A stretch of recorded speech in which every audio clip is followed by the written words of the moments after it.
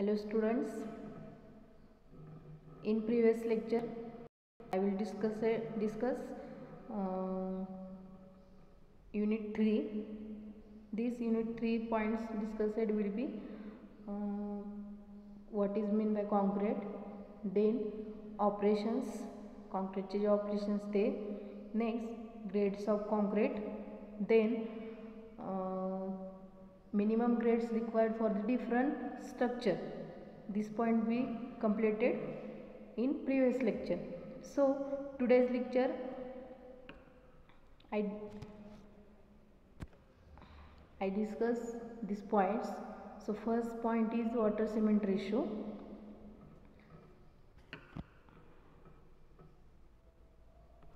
What is the definition of water cement ratio?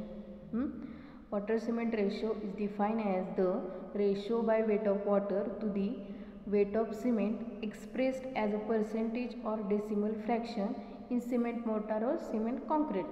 काय असतं water cement ratio म्हणजे तर वेट ऑफ वॉटर आणि वेट ऑफ सिमेंट ह्या दोन्हीचा रेशो म्हणजेच वॉटर सिमेंट रेशो. तर मॅथमॅटिकली फॉर्म्युला काय येईल water cement रेशोचा?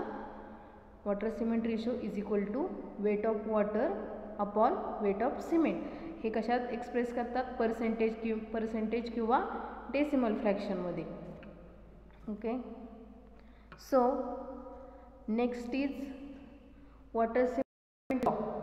This is also called as Duff-Abrams law. Okay, so what is the mathematically represent this law?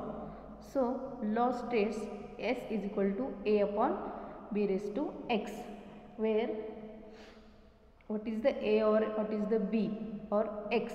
This represent on screen. Okay, so this theoretical, what is the theory behind this law? So Duff-Abrams law states that the strength of concrete is only dependent upon water cement ratio provided that all other factors are identical and the mix is workable. So Duff-Abrams law काय सांगतो? तर जी कॉन्क्रीटची strength आहे ती कशावरती depend असते? Water cement रेशोवरती. आता हे ग्राफने त्यांनी काय केलेलं आहे? प्रूफ केलेले. हा ग्राफ आहे.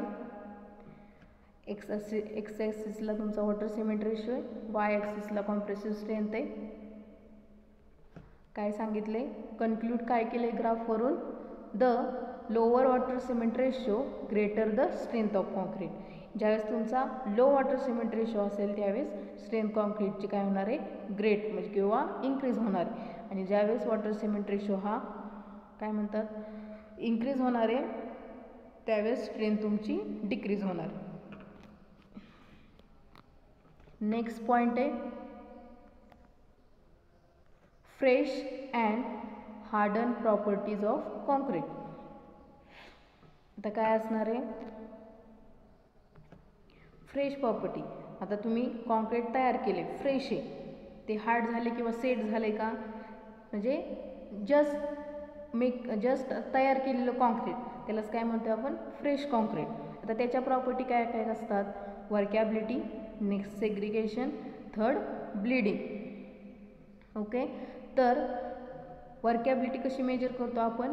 तर त्याची काय टेस्ट आहेत? तो first is slump cone test, compaction factor test, VB consistometer test आणि फ्लो टेबल टेस्ट. तो 1 बाय 1 आपण ह्या लेक्चरमध्ये पाहणार आहे. तर फर्स्ट आपण बघणार आहे वर्कॅबिलिटी म्हणजे काय. आता एखादं समजा वर्कॅबिलिटी काय म्हणतो आपण? एखादं इन्स्ट्रुमेंट आहे ते वर्क करते त्यावेळेस आपण काय म्हणतो त्याला? ते इन्स्ट्रुमेंट वर्केबल आहे. ते बंद पडलेले तर ते वर्केबल नाही आहे. म्हणजेच काय? ते चालू आहे. आता ह्या कॉन्क्रीटमध्ये कसं म्हणणार आहे आपण? हे कॉन्क्रीट आपल्याला इझिली प्लेस किंवा इझिली त्याच्यावरती आपण काहीतरी प्रोसिजर किंवा इझिली आपल्याला ते प्लेस करायचं. कुठं? स्लॅबवरती, एखादा कॉन्क्रीटमध्ये हे करायचं असेल रोडवरती, तर ते आपल्याला इझिली प्लेस करता येते किंवा कॉम्पॅक्ट करता येते. त्यावेळेस ते काय म्हणतो आपण? Workable concrete. तर वर्कॅबिलिटीची काय आहे डेफिनेशन? तर concrete is said to be workable when it is easily placed or compacted homogeneously, that is without bleeding or segregation. Okay. Next, what is the factors affecting the workability?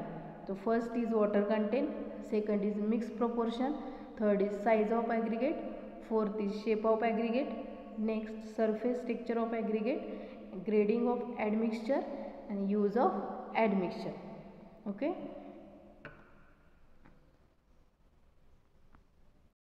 Next, आता ते चार्टमध्ये बघितलं आपण की वर्कॅबिलिटी major करण्यासाठी कोणकोणत्या test आहेत. तर first test slump cone test, next compaction factor test, third VB consistometer test, flow table test. Okay. हे जे पुढं लिहिले बिईंग इन सिलेबस, सो ते कन्सिडर करायचं नाही आहे. ह्या सिलेबसला तुम्हाला 4ही टेस्ट आहेत. ओके. सो फर्स्ट आपण बघूया स्लमकोन टेस्ट. तर त्याचं ॲपॅरेटस असतं सेम ॲपॅरेटस. कसं असणार आहे, हा कोनिकल शेप तुमचा कोन असणार आहे, त्यालाच आपण स्लम कोन म्हणतोय. त्याच्या डायमेन्शन बॉटमची 200, त्याची हाईट 300 आणि वरचा जो डायमीटर असेल तो असेल 100 mm. हे साईडला काय असणार आहे, त्याचे हँडल. ओके. आणि दुसरं ॲपॅरेटस येते टॅम्पिंग रॉड. आता प्रोसिजर पाहूया आपण. तर काय आहे procedure? The first point is the cone is placed in smooth surface base plate and the cone is filled with concrete in 3 layers. पहिल्यांदा काय करायचं आहे तुम्हाला, हा कोन आहे, कोनिकल शेप आहे. त्याच्यामध्ये तो काय करायचा आहे आपल्याला, स्मूथ सरफेस बेस प्लेट तयार करायची. त्यासाठी स्मूथ बेस प्लेटवरती ते ठेवायचे आणि त्याच्यामध्ये कॉन्क्रीट फिल करायचं आहे. कसं, 3 लेयरमध्ये. पूर्ण भरायचं आहे पण ते 3 लेयरमध्ये. आणि प्रत्येक लेयर, आता दुसरा पॉईंट काय, each layer of concrete is properly tamp 25 times with the steel rod of 16 mm diameter. जो 16 mm डायमीटरचा स्टील रॉड असतो त्याने काय करायचं तुम्हाला, टॅम्प करायचे. एक लेयर भरला 25 वेळा टॅम्प करून त्यातले जे काय म्हणतात ते पोरोसिटी वगैरे आहे, गॅप जे आहे तो काय करायचा आहे, पूर्ण भरून घ्यायचा आहे. कळालं. Next, when cone is completely filled with concrete the top surface is levelled by using trowel. ज्यावेळेस पूर्ण भरेल त्यावेळेस आपल्याला त्या कोनची काय करावं लागणार आहे, लेवल. जवळचा जो सरफेस असेल त्याची तुम्हाला लेवल करून घ्यायची. कशाने, ट्रॉवेलने. Okay. Next, the mould should be firmly held its beds during the entire test. तो मोल्ड काय करायचा आहे आपल्याला, खालीच ठेवायचा आहे. After the proper filling of concrete in one cone, the cone is slowly lifted to vertical direction and the concrete settles down in called as slump. Okay. काय करायचं आहे आपल्याला, जे हँडल्स आहेत दोन्ही साईडला हँडल्स आहेत ते पकडायचे आणि स्लोली आपल्याला काय करायचं आहे, कोन स्लोली वरती लिफ्ट करायचा किंवा वरती उचलायचा आहे. तर काय होणार आहे, तो वरती उचलल्यानंतर एक कोन तयार होईल. कोन तयार होईल जसे आपण कोप करतो, ग्लासमध्ये वाळू भरतो नंतर स्लोली ग्लास वरती धरतो, एक प्रकारची कोप तयार होती. सेम ॲज इट इज तशीच टेस्ट आहे. कोन तयार झाला, काहीतरी कोप तयार होईल, त्याच कोपला काय म्हणतोय आपण, स्लम्प. जो सेटल्स डाऊन होतोय, concrete settles down is called as slump and slump value is measure from the top. Okay. आता ते सेटल झालेलं कसं स्लम्प मोजायचं आपण, तर त्याचे 3 टाईप पडतात, ट्रू स्लम्प, शेअर स्लम्प आणि कोलॅप्स स्लम्प. तस आपण ट्रू स्लम्प कशाला म्हणणार आहे, in this type of slump the concrete is settle less from the top. म्हणजे किंचित थोडाफार ढासळलेला असेल त्यावेळेस आपण काय म्हणतो त्याला, ट्रू स्लम्प. शेअर स्लम्प म्हणजे काय, हाफ पोर्शन. शेअर म्हणजे काय म्हणतो त्याला आपण, हाफ पोर्शन स्लिप झाला असेल, खाली हे झालं असेल त्यावेळेस आपण काय म्हणतो त्याला, शेअर स्लम्प. तर कोलॅप्स स्लम्प ऑब्वियसली काय असणार आहे, टोटली कॉन्क्रीट ज्यावेळेस कोलॅप्स होईल त्यावेळेस तो काय असणार आहे तुमचा, कोलॅप्स स्लम्प. डायग्रॅमेटली इथं एक्सप्लेन केलेलं आहे. ट्रू स्लम म्हणजे काय, थोडासा किंचित स्लम काय झालेला तुमचा सेटल झालेला, नंतर हाफ पोर्शन कोलॅप्समध्ये टोटली कोलॅप्स झालेला. ओके, इथं काय टाईप ऑफ कॉन्क्रीट म्हणजे कोणत्या स्ट्रक्चर कॉन्क्रीट यूज करतो त्यासाठी स्लम व्हॅल्यू किती पाहिजे, तर त्याचे व्हॅल्यू दिलेले आहेत. कॉन्क्रीट रोडसाठी 20 ते 40 mm स्लम पाहिजे. नंतर काय पियर्स स्लॅब्स वॉलसाठी 40 ते 50 mm, कॉन्क्रीट फॉर कॅनल लाईनिंगसाठी 70 ते 80 mm, नॉर्मल RCC वर्कसाठी 80 ते 150 mm. नेक्स्ट टेस्ट आहे ती कॉम्पॅक्शन फॅक्टर टेस्ट, हे त्याचं ॲपरेटस. पहिलं काय अप्पर हॉपर, त्याचं काय diameter 250 mm, lower hopper 125 mm आणि लास्टला खाली आहे तो कंटेनर 150 mm आणि 300 mm हाईट. आणि असे सपोर्टला काय तुमचे स्टील पोस्ट आहेत. प्रोसिजर काय आहे, compaction factors is also called degree of. First the concrete is place gently at the upper hopper without any compaction. काय करायचं आहे आपल्याला, ॲज इट इज आपल्याला त्यामध्ये कॉन्क्रीट भरत जायचं आहे. कशात, अप्पर हॉपरमध्ये. पूर्ण अप्पर हॉपर भरला विदाउट म्हणजे कोणतंही काय म्हणतात त्याला कॉम्पॅक्ट न करता ॲज इट इज भरत जायचे. ओके,